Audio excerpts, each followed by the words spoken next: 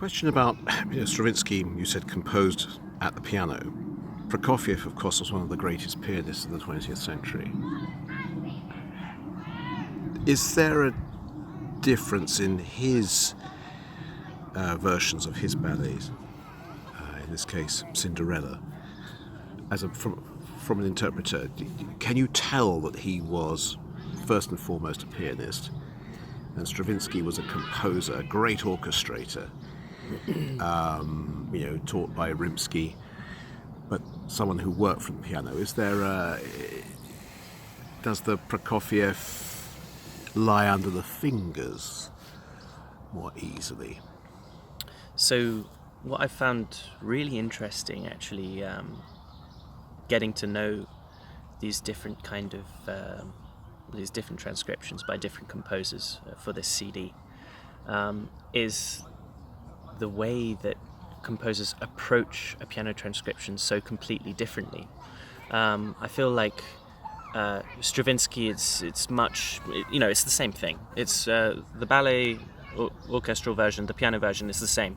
But with Prokofiev, it's almost as if he takes the musical ideas from his ballet and completely reinvents it into a piece for the piano. Even though the music seems the same, the nature of the music is different. So that's kind of just the beginning, really. And not just the Russian ballets that I'm doing for this CD. I've been doing other transcriptions. I've got a bit obsessed with transcriptions. I did some Beethoven symphonies transcribed by Liszt, and that's been fascinating as well, because you'd think, since people quite often say that Beethoven piano sonatas are very orchestral, or they sound like string quartets, that if one were to play a Beethoven symphony on the piano, you'd play it like a piano sonata, but that's completely not the case, because of the way that the composers compose for the different mediums and modes of expression, whether it be for piano or for orchestra. I mean, it's often said about Schubert's late sonatas that they sound orchestral. I mean, there's a very different voice there to Beethoven's. I mean, is Schubert sonata something you've thought about? Yeah, I've played a lot of Schubert sonatas.